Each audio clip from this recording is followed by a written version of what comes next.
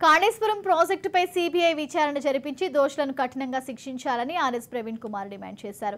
నాగర్ కర్నూలులో ఆయన పర్యటించారు. బీఆర్ఎస్ ప్రభుత్వంలో నిర్మించిన అసెంబ్లీ ఎన్నికల్లో అధికారం బలాయింపు జరిగిందని, దీనివల్ల పేదల ప్రజలకు ఒరిగేదేమీ లేదన్నారు. మిషన్ భగీరథ పథకంలో అవినీతి అక్రమాలు జరిగాయని, దానిపై విచారణ జరపాలని డిమాండ్ చేశారు. గత ప్రభుత్వంలో పాఠశాలల్లో కళాశాలలో ఆత్మహత్యలు జరిగేవి అన్నారు. అదే పరంపర కాంగ్రెస్ ప్రభుత్వంలో జరగకుండా ఆత్మహత్యల తెలంగాణ కాకుండా ముఖ్యమంత్రి చర్యలు తీసుకోవాలని కోరారు.